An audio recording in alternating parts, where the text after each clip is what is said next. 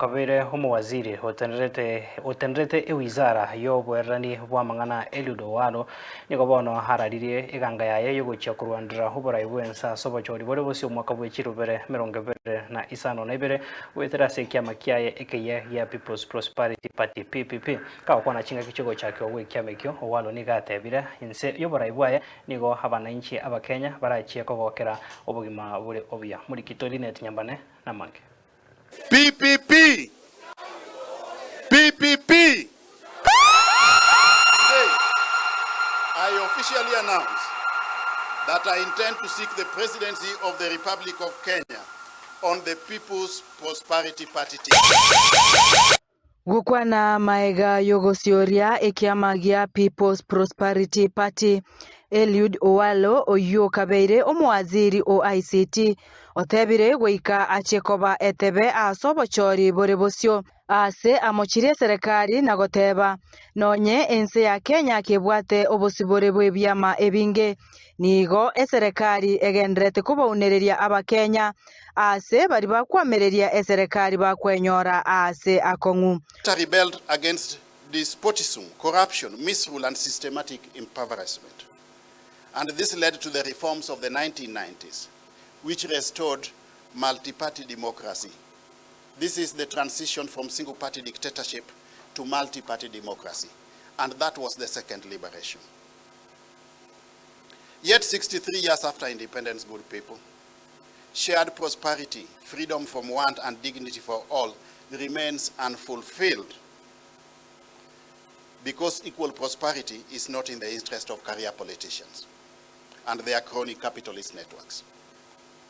Those who benefit from cheap labor, cheap raw materials, faulty value chains, and a disparate electorate will not surrender the status quo easily. A poor and disparate voter is also easier to divide, bribe, and manipulate. And to remove Kenyans from this yoke and shackles of poverty. Walo nigo atebire ekiamekyo na kikerachi kwa ABAKENYA obosibore obubatanya konyora ase egeka egetambe.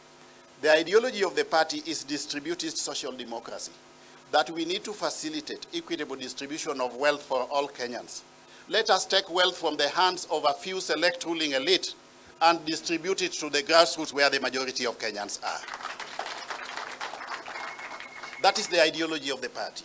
It just requires basic economics.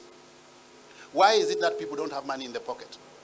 It's because of a punitive taxation regime. We are dealing with a tax regime that does not recognize the level of disposable income of the people. You do not need to increase the level of taxes to raise more revenue. Nigo amochire serikali ya Kenya Kwanza ase atebire yakabesire chisira chinyinge na chibese chyo nigo chigosirera ase emebuko y'abakurumi. The next thing that my government will address, good people, is the issue of debt. Public debt. Public debt, in my view, should not become the private pain for individual Kenyans. Today we are repaying debt, which was borrowed long time ago, perhaps by previous generations. Yet, if you do a proper soul searching, you may not lay your hands on any tangible benefits, tangible projects that have been financed by the public debt, the borrowed money, for the benefit of Kenyans.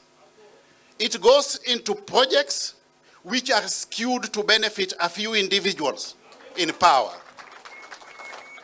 And that is something that we must fix. So what do we need to do? Once elected as President of the Republic of Kenya, I will institute a forensic audit on all previous debt so that Kenyans can get to know who borrowed the money, what the money was utilized for, and whether or not that money was utilized for the good of all Kenyans.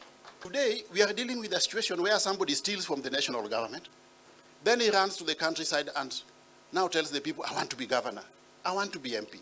These are not people who should be leaders anywhere. They should be candidates for committee maximum prison. Koripoteria Soko TV erietaria ne Linet Nyambane.